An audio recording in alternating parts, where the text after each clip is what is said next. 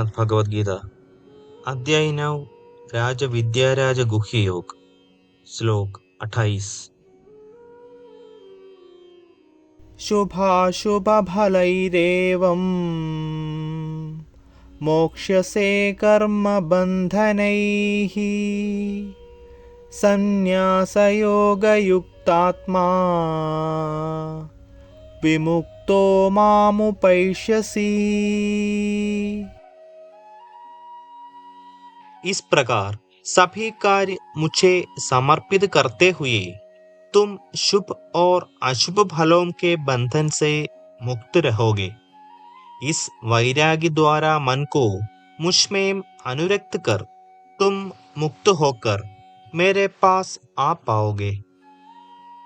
सभी कार्य दोषपूर्ण होते हैं, जैसे अग्नि धुएं से ढकी होती है। जब हम धरती पर चलते हैं तब हम अनजाने में लाखों अणुजीवों को मारते हैं।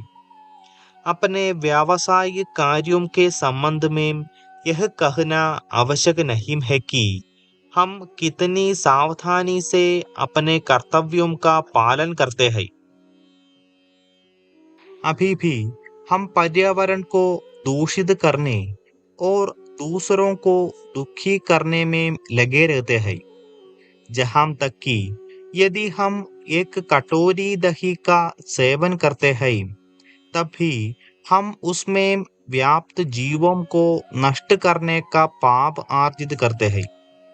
कुछ धर्मों के संत मुंह पर पट्टी बांधकर अनायास अहिंसा को कम करने का प्रयत्न करते हैं, किंतु इसे पूर्ण रूप से समाप्त नहीं किया जा सकता, क्योंकि हमारी श्वासों से भी इन जीवों का विनाश होता है।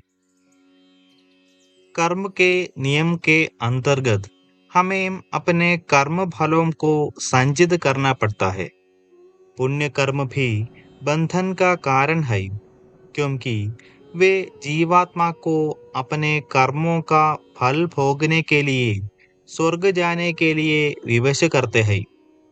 इस प्रकार शुभ और अशुभ कर्मों का परिणाम निरंतर जन्म और मृत्यु के चक्र में घूमना है। फिर भी श्री कृष्ण ने इस श्लोक में सभी कर्मों के कर्म फलों को नष्ट करने का सरल उपाय बताया है। उन्होंने संन्यास योग शब्द प्रयोग किया है, जिसका अर्थ स्वार्थ को त्यागना है। वे कहते हैं कि जब हम अपने कर्मों को भगवान के सुख के लिए समर्पित करते हैं तब हम शुभ और अशुभ परिणामों के बंधनों से मुक्त हो जाते हैं। जो अपने भीतर ऐसी चेतना विकसित कर लेते हैं उन्हें योग युक्तात्मा कहा जाता है। ऐसे योगी जीवन मुक्त हो जाते हैं और नश्वर शरीर को छोड़ने पर उन्हें दिव्य शरीर और भगवान के दिव्य धाम में नित्य सेवा प्राप्त होती है। आगे हम विस्तार से चर्चा करेंगे।